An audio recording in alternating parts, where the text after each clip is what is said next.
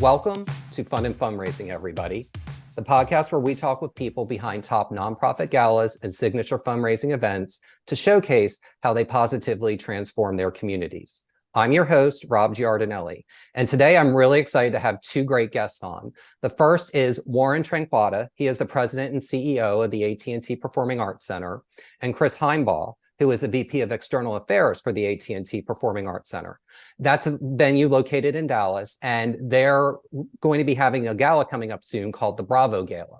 And we're really excited because it's really one of the best best performing arts centers in the country. So we feel really fortunate to have both of them on today. So with that, Warren, Chris, welcome, and we're excited to have both of you on as guests today. Thank you for having us, Rob. Thank you, Rob. So glad to be here. Absolutely. So, Warren, would you be able to share a little bit about what the mission of the AT&T Performing Arts Center is?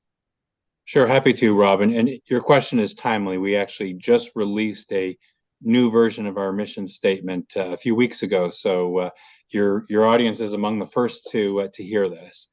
And we've framed our mission now really with three parts: a purpose, a vision, and a mission. And the purpose, our kind of highest lofty ambition, is to shape the stage for life to thrive in Dallas.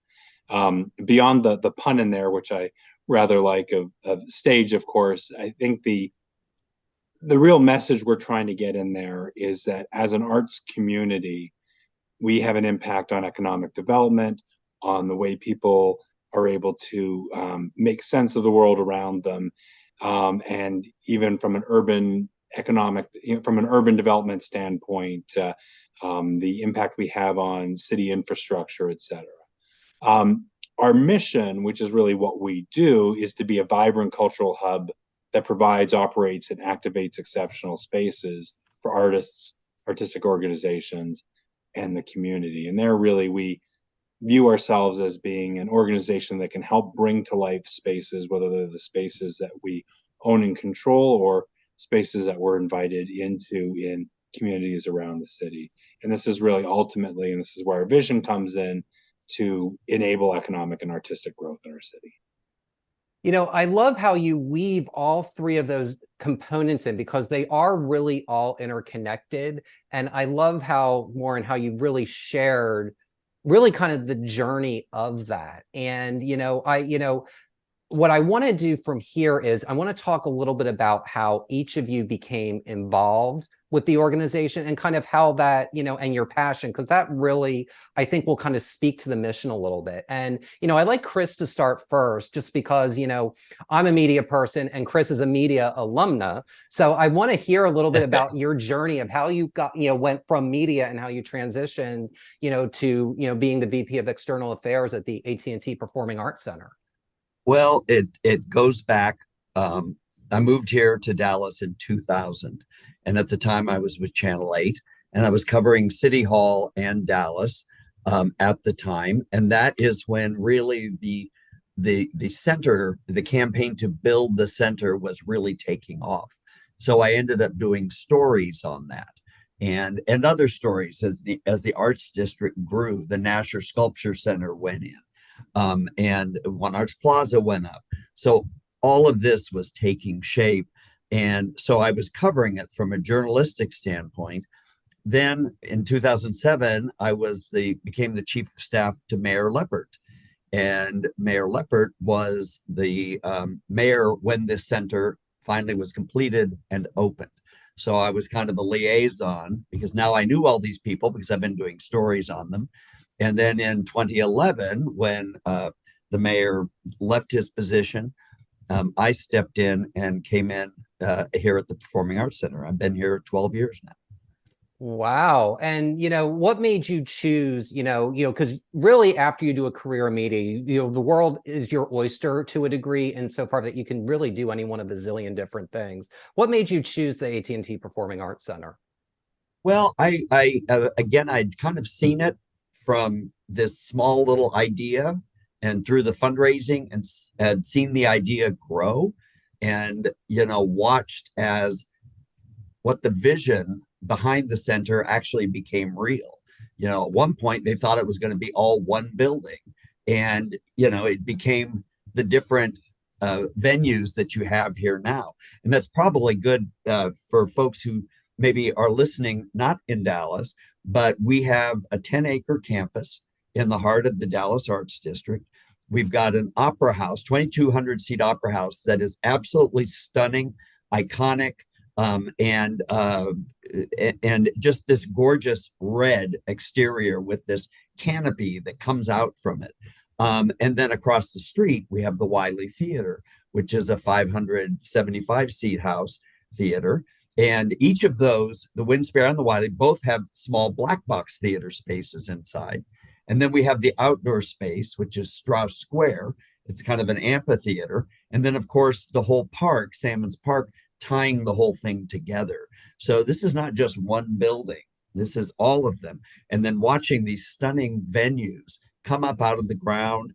And it was just exciting. And it, for me, it was a great fit. That sounds fantastic. And go ahead, Warren. I think what Chris was saying about the campus, it's worth noting as well for those outside Dallas that the center is in the heart of the Dallas Arts District, which is the largest arts district in the country. And on one street, we share a streetscape with two other theaters, three museums, and one of the best high schools for the performing arts in the country, in addition to smaller gallery space, residential and commercial. So there's a whole ecosystem beyond our campus as well. Indeed, to the point that sometimes our customers aren't quite sure where AT&T Performing Arts Center starts and stops, and where other organizations that are part of the district are engaged.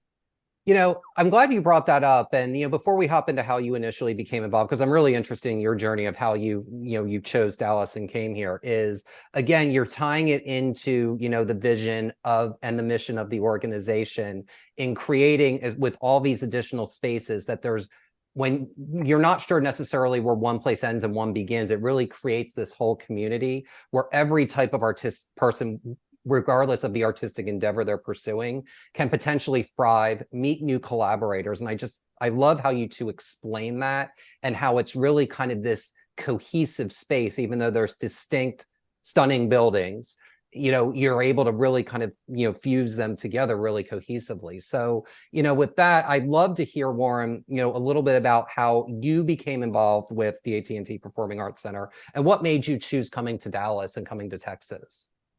Sure. Let me start by explaining how I got into the performing arts in the first place. I started my career in business, doing business consulting, and my practice became centered around nonprofits because of my passion for helping nonprofits think about long-term strategy, sustainability, earned income ventures, and kind of taking some of the ideas of the for-profit world and how they can apply in nonprofit context. I got into the performing arts because the New Jersey Performing Arts Center had been a client, and what really attracted me to performing arts was that it hit on several of my passions really cleanly. One was a complex business model that had lots of earned income elements to it. One was an urban development piece and the impact that anchor institutions can have on the urban environment. Third is education and how the arts really engage young people and help develop 21st century workforce skills. And there's a really nice connection there between arts education and what we need to be competitive as a society. And then on top of that, just the fact that I'm passionate about music and theater and dance, and those things are fun, and there was an enjoyment to it. So it really hit on a lot of things. I was at New Jersey Performing Arts Center for 13 years as a staff member and 4 years as a consultant. What drew me to Dallas was the opportunity I saw in Dallas in the arts district, this role of the arts center as an anchor within this vibrant neighborhood that is unique in the country and yet still has a long way to go in truly delivering that urban experience with viable restaurants that are available. The idea that someone might think of the district as a destination that they can come to, not even knowing what is happening, just knowing that if we go to the arts district this week, something interesting is going to happen. Let's see what's happening across the district. And I think there's so much opportunity here in Dallas. I also saw, with everyone I spoke to who lived in Dallas during the interview process, they talked about this Dallas attitude of entrepreneurship and stick-to-itiveness, and that when Dallas citizens see a problem, they rally together and figure it out. And that's led to so much innovation in the city.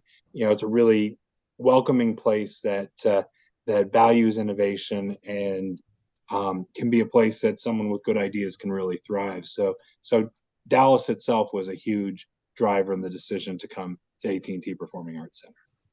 That's fantastic. And Texas really is. And I'm not from Texas either. And there is a welcoming, if you've got ideas, people want them. And to me, I think that's why there are so many thriving nonprofit scenes throughout Texas, is that spirit is really wholly embraced as an ethos, not just, within the individual cities, but also within, the culture of the state of Texas. So I think I'm really glad that you brought that up. And, I want to, we'll start with Warren because you touched upon it, but Chris, I also want to hear your thoughts on it too. But, you had talked about your passion for music, Warren. So talk a little bit about why you're passionate about the performing arts, where that comes from, and what you want people to be able to experience when they experience art in at the AT&T Performing Arts Center, or even the Arts District in Dallas as a whole.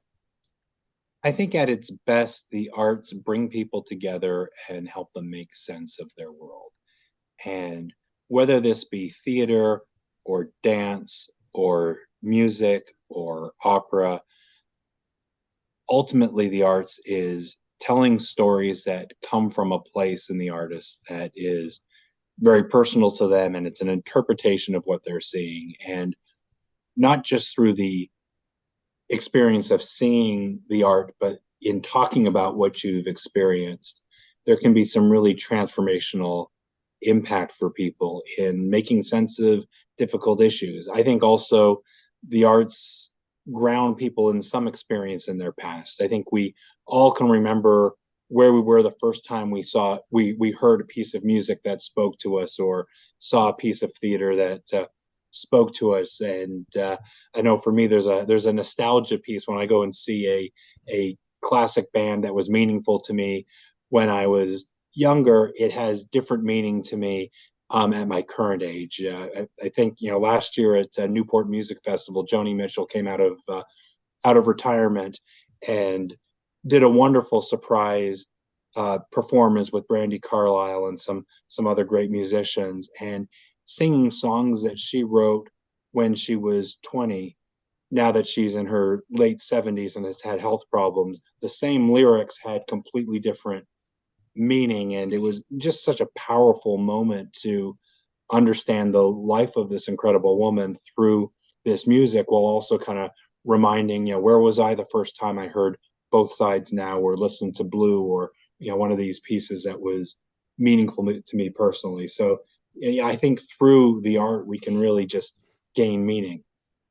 I love that. And I love how you talk about how certain pieces of art speak to you and they carry you through, your life. And for a lot of people, art saves their lives in a lot of ways, because it allows them to focus on a light when they do go through, a period of darkness. And I really appreciate you, sharing about that. And, Chris, I'd love for you to share a little bit about, your passion about, performing arts and, kind of where that stems from for you.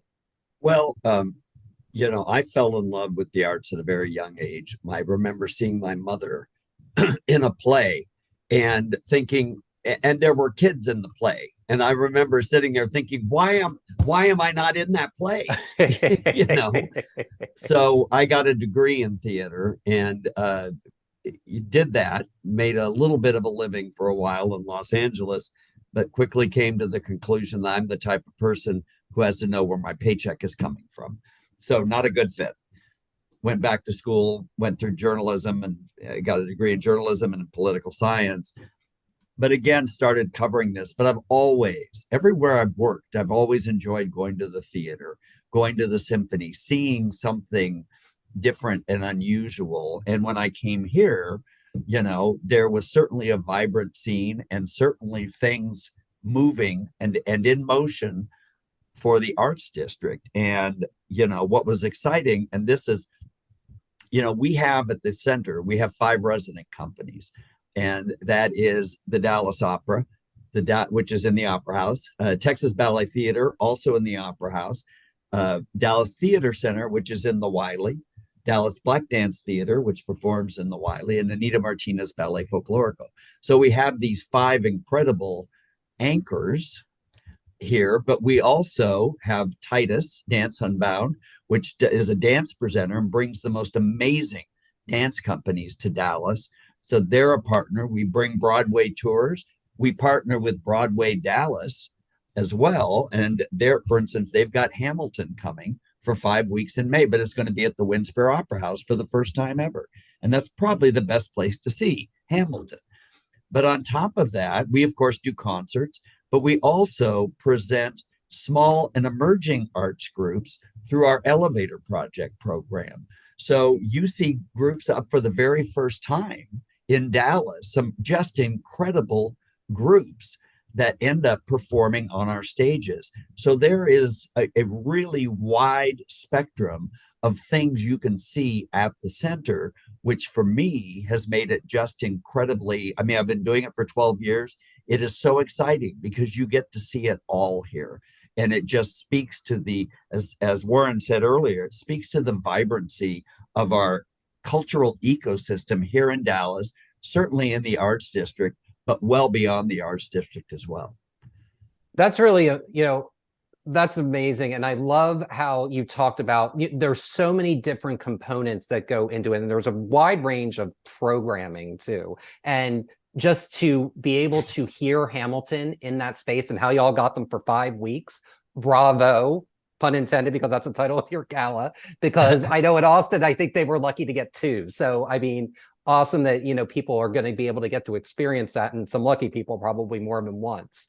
And that actually, that I think this is a good segue to actually talk a little bit more about, the gala that's coming up, the Bravo Gala, and, talk a little bit about how you all, and, feel free, each of you feel free to jump in, but how you all successfully integrate programming into your gala so that your donors are engaged, they're excited, and they want to continue to support the AT&T Performing Arts Center. So I think for us, it started with thinking about what could we do that would stand out in a very crowded Dallas gala scene.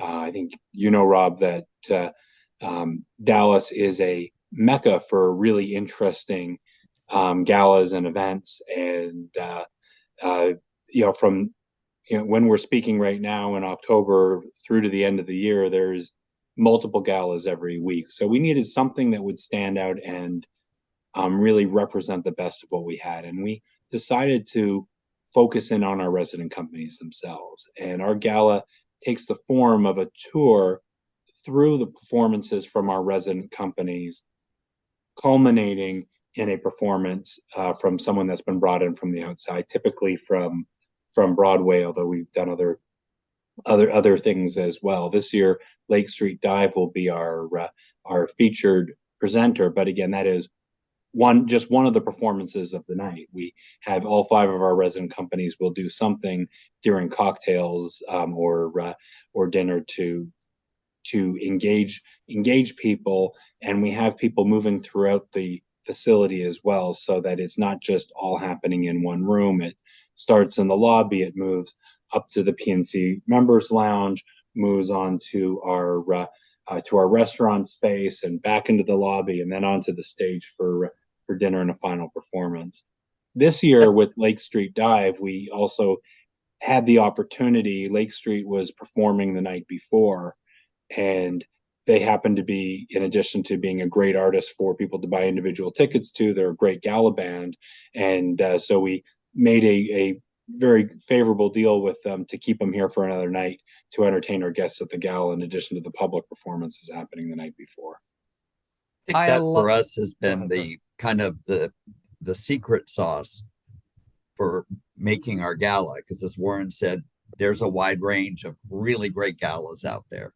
And I will say that our first chairs, Sophia Johnson and Lael Brodsky, they really were responsible and a great deal for setting the tone. And they wanted to leverage both the incredible resident companies and performances and leverage our incredible space by having these different performances on different levels of the lobby. So you get drinks in hand and you just kind of move. One finishes here, you go up to the next floor. There's Dallas Black Dance performing. You go up to the next floor. Theater Center, the opera's doing something. And it's just this constant showcase of our resident companies, which are just, I mean, that's why we're here. These were built for our resident companies. And so showcasing them, and then of course, an amazing performance. And that performance generally, has been taking place on the stage, but not with the crowd in the audience. They're up on the stage with the artists. So it's just, again, really utilizing this space and the magic that is in the Winspear Opera House and our incredible resident companies and all the talent, and putting all that together. And what just has captured the imagination of everyone coming, going, this is a really different gala. It's not just coming in, doing your banquet, doing something and out the door. This is an experience that you don't want to miss. It's amazing how the two of you, and you explained it so well, how you've got 5 different companies, like you said, in there, but you have them each perform in a different space because maybe it's the size of, a particular company, maybe smaller or larger. The acoustics can match, but it also, what I love about it from a guest perspective is every time you go from one room to another, I know how it is when there's, a couple hundred people kind of going from space to space. It allows for better mingling because you're not going to be talking to someone at cocktails the whole time. You're going to wind up talking to somebody else because invariably you're just moving. And that's just kind of what happens when you move from space to space. And it just allows new conversations to be forged. I'm sure for you all, work, as members of the organization, it allows you to engage with multiple donors in different ways. It also allows you, if a specific donor likes a particular company, it allows you to really kind of get them in a space to where they're going to be really much more open to hearing about new initiatives or things that you may have, as well as having fun. So I think that's really just brilliant how you all do that, and so intricately, but yet so naturally.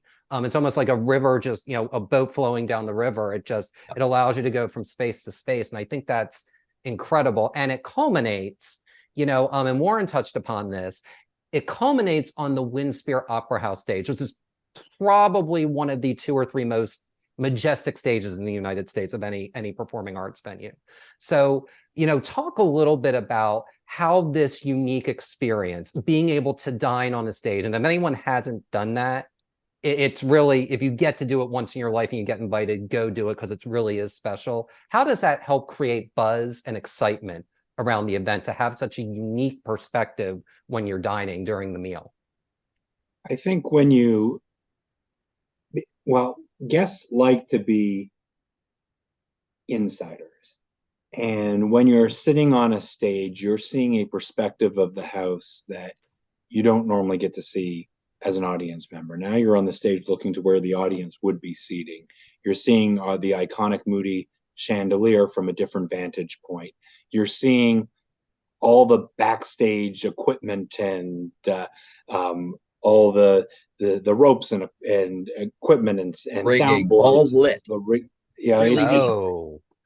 You're seeing the back of house wings that would not normally be part of how someone experiences, and that is fun for everyone. I mean, that's, I'm on stage a fair bit, but I still love being on the stage and seeing what happens there. I think it's just a different perspective, and it's the kind of thing that you're not going to get in a hotel ballroom that leverages our space. The Pro Museum does this very well as well in bringing people in their gala, which similarly moves people through into back rooms that are not normally open to the public, and making you feel like you're being an insider. I think that's part of the allure there. I think the zoo does this well as well.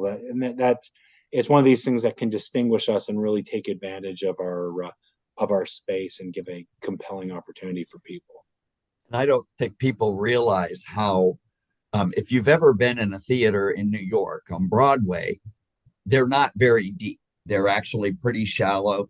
And this, because it was built for opera to work in repertoire, where there are giant spaces off to the side and in back, to be able to house sets that you're moving back and forth.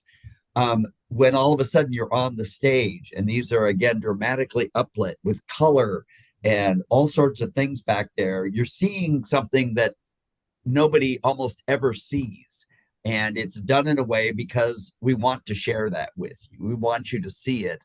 And so all of a sudden you're back there now dining in this incredible space and looking out and seeing what an artist normally sees, that beautiful, you know, performance space, McDermott Hall. Now, there's not people in it, but you kind of look out and see the way that the gold balconies wrap around and the chandelier drops down. And what's also awesome is our chandelier people usually, because that can move and do different colors, and they do an entire show with the chandelier kind of backing up the artist. So one time we had an artist who she goes, "You were all looking so amazed," and then she goes, "And I turned around and saw what you were looking at." She had no idea that was going on behind her. I love what I like about what you both just said is, and you talked about something I don't think it's talked enough about in the donor experience. I think a lot of times when people are fundraising, they most often will get donors to talk about the things that are in front of them. And I love what you are talking about, Warren, when you were explaining, Chris, you as well, about you're taking them kind of behind the scenes with the things that give the AT&T Performing Arts Center and any arts organization its additional depth. And that actually may speak to someone a little bit more personally because they may have had their own experience. So it allows them to really kind of see the inner workings that can really connect with the donor in ways that you may not even be able to be aware of because you learn something new about them because it may come from some experience that they had when they were a child or a teenager, but you just may not be aware of because it's not in public records or who they present themselves as today. And I think that's incredible. So with that, I want to talk a little bit more about, when I was looking at your all's host committee this year, you all have really an impressive list of folks. And you've also got two really incredible chairs. You got Diane Brearley and Ellen Winspear. So talk about the importance of having a good host committee in creating a successful gala. We're fortunate that in Ellen and Diane, that they, between the two of them, have probably been to hundreds of galas in Dallas and know what it takes to connect with people and provide a real memorable experience. And importantly, what it takes to convince someone to give and at what level. They've been very engaged chairs. They are not chairs in name only. They are chairs who are intimately involved in thinking through details from the food to the run of show of the evening to how we've priced tables to the sequence in which we've gone out to people. And they're really leveraging their experience as a customer, if you will, of galas. I think it's important. So, they are active chairs. They're willing to make phone calls and all the things that really distinguish, again, kind of chair and name versus a real active chair. Now, all that said, there's nothing wrong with chair and name. And they also bring the name. And clearly it's meaningful when someone that you respect, especially if it's someone who you want coming to your own organization's gala, reaches out to you with an ask, you're going to pay extra attention to that. That invitation matters to people. And I think that's true of everyone on the host committee. The right names there, it's meaningful when they make that ask. So I think the combination of the chairs, the host committee, and I'd also say the honoree as well, all the more reasons for people to, and again, in a crowded gala landscape, it's great that we have a entertaining, enjoyable evening, but it's meaningful to guests to know that they were personally asked by someone they really respect. Great answer. Great answer. And Chris, do you have anything to add with that? Well, I just, you know, you talk about the key to having a successful fundraiser, which of course, part of that is telling your message. Part of that is raising money to support your mission and what you want to do. And having hosts who make a point of picking up the phone and they will make the calls. I remember Morgan Cox was one of our hosts last year, he and his husband, and he came in and I mean, he just got in here and he worked the phones. I was so impressed.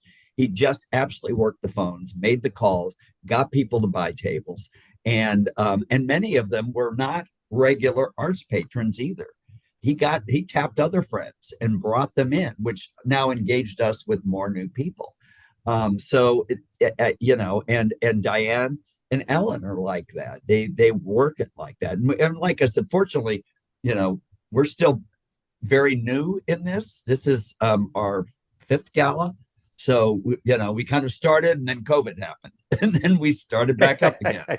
But so it's still fresh, it's still fun, it's still exciting. And we have been blessed to have had hosts from the start who are people who will pick up the phone. They know what it takes to make a fundraiser a success. And they also have a little bit of pride because they are not going to be the ones where people didn't turn out. They make sure they work very hard because they want to make sure they had the best turnout ever. Absolutely. You know, I would add to what Chris said. I think there's a real importance in a gala to be successful in bringing new faces into the center. So, you know, naturally, board members and long-term supporters are going to fill up a big chunk of the revenue piece, but who they invite as their guests and who they invite and encourage to buy a table who don't know anything or limited information about the organization, that creates a pipeline. Yeah, as an example, I was at one of the 3 galas I went to last week. You know, I was invited by a supporter of the center to be a guest at their table, and it was an organization I didn't really know anything about.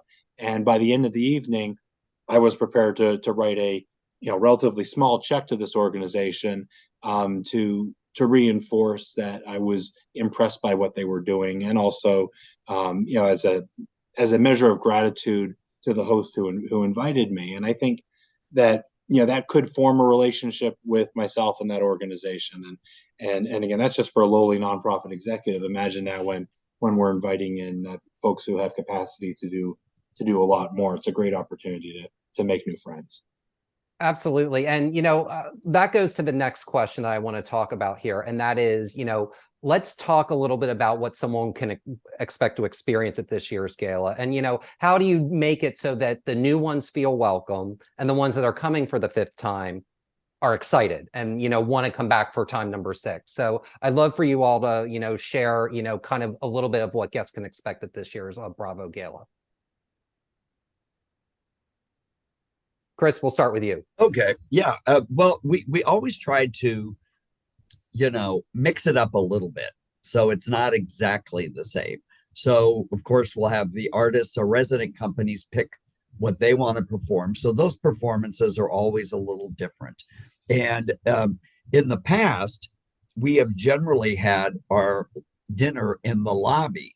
So this is the first year that we have actually had it on the stage.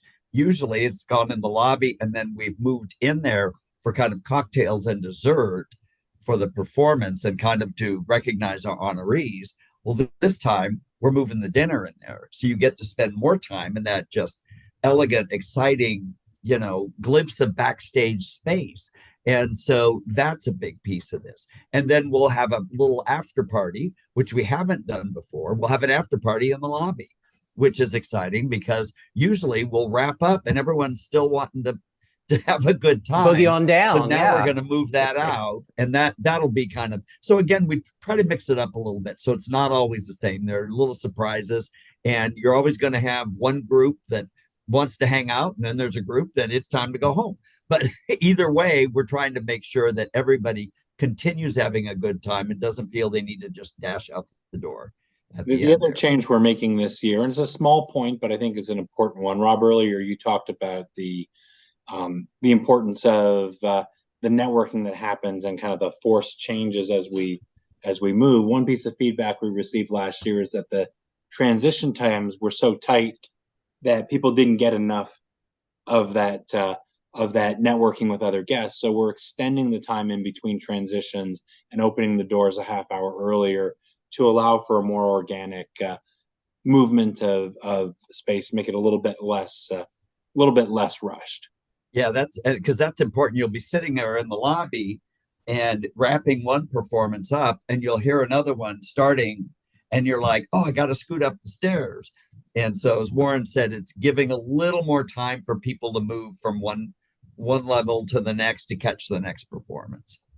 And allowing people to, breathe and kind of, because it really is such a stunning space that really will, I think it will definitely enhance everyone's user experience, just because they get to really absorb the whole space, in a little bit of a deeper way than they have in years past. And I love how that will keep the people have gone 5 times coming back, for the 6th time. And we're running short on time, but I want to end with this one question for each of you, and that is, what is a piece of advice that each of you can give to someone looking to plan their first gala or signature fundraiser? And we'll start with Chris and we'll end with Warren.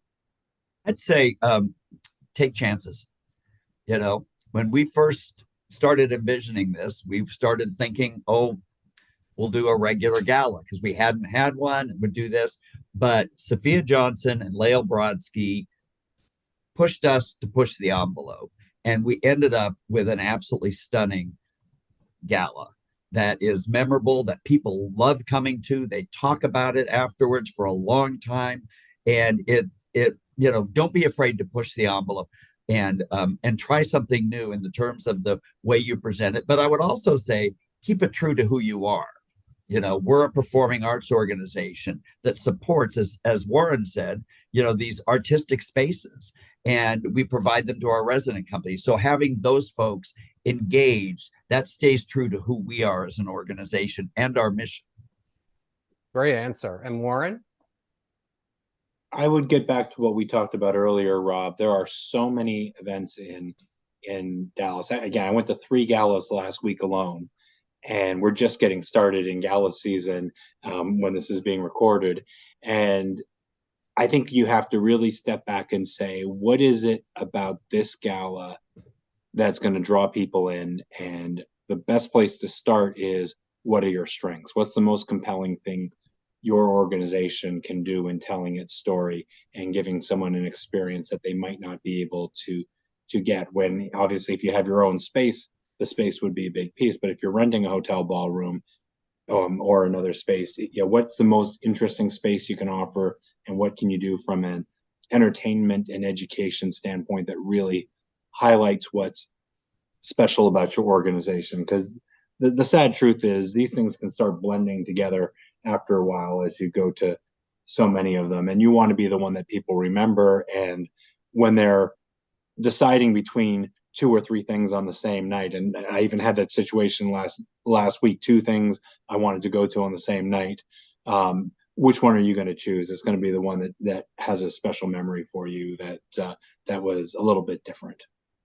And the special memories is what I would like to call a mic drop moment as we end this episode. So, Warren, Chris, I can't thank you enough. We literally could have probably done a double episode. You guys are just both so knowledgeable and forthcoming, and I really appreciate you both taking the time today. So, Chris, Warren, thank you very much for joining us.